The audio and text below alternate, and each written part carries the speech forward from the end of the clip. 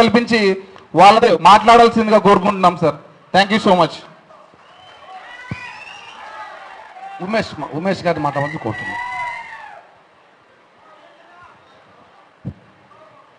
హిందూపురం నియోజకవర్గం నుంచి నాకు పోటీ చేసే అవకాశం కల్పించిన మన నాయకుడు శ్రీ పవన్ కళ్యాణ్ గారికి హృదయపూర్వక కృతజ్ఞతలు.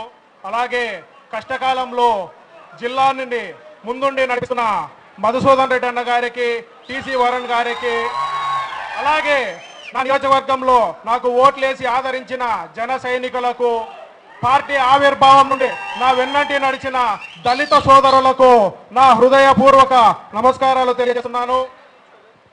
సార్, మీ ఆవిర్భావం నుండి మేము పార్టీలో కొనసాగుతున్నాం. మాకు డబ్బు మీద వ్యామోహం లేదు, పదవుల మీద వ్యామోహం లేదు.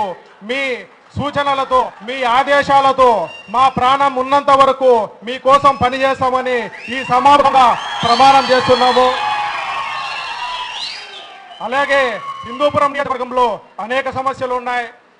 వాటిని ఒక్కసారి మీరు పర్యటించి అవకాశం ఉన్నప్పుడు పర్యటించవలసిందిగా కోరుచున్నాం సార్.